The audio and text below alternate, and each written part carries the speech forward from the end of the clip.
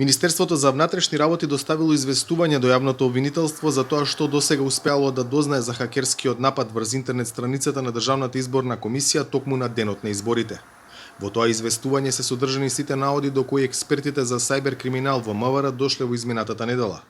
Известно е дека во натамошниот процес ќе се вклучи помаш од надвор за да се утврдат IP адресите од каде дошол нападот, што оневозможи навремено објавување на првичните изборни резултати.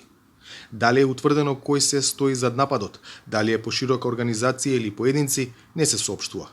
Официјална Москва, иако никој официјално не ја спомена во контекст на изборите, отврдила какво било руско присуство во изборниот процес во земјава.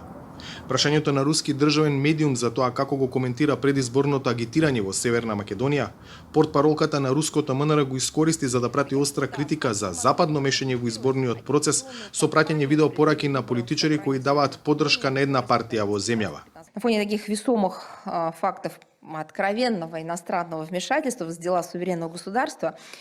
Наспроти тежината на фактот за отворено надворешно мешање во внатрешните работи на една суверена држава, апсолутно се без основ шпекулациите за некакво си руско присуство во кои било избори.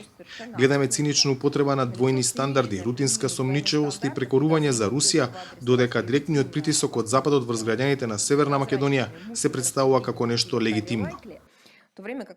На изборите на 15 јули сајтот на ДИК беше нефункционален со часови што го одолжи објавувањето на првичните резултати, што пак некои партии го искористија за да изразат сомнеш во кредибилноста на процесот. Досега е утврдено дека станува збор за масивен напад, така наречен DDoS врз Државната изборна комисија. За Гласот на Америка, од Скопје, Владимир Мирчевски.